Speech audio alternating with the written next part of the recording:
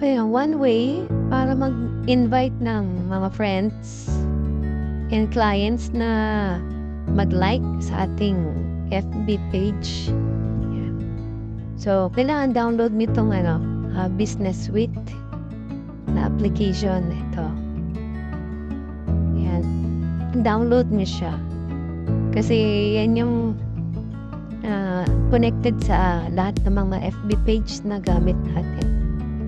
So, click natin siya. Tapos, dito sa pinakataas, ito, Explore. Ayan, ito. Sa upper part ng screen natin and Explore. Ayan, click natin yan. Tapos, dito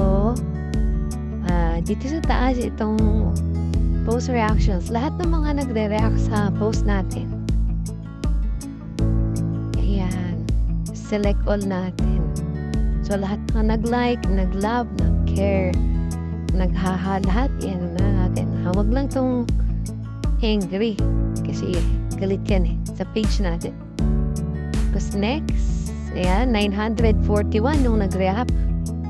Ayan, so, nakapag-send ako ng 900 invites. 1,000 pala yung limits every 24 hours. So, everyday gawin yan, padami din ng likes yan. Ayan. So, 941 yan, medyo matagal lang. So, i-back ko na para lang naman yan sa demo natin.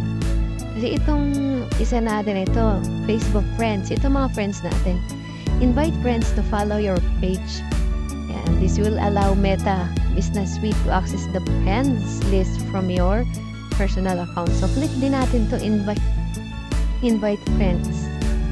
So, ano ba sinasabi dito? Ay, naset ko na yung limits ko na 1,000 every 24 hours. Yan. So, ayan. Mga friends nyo to, invite niyo mga friends.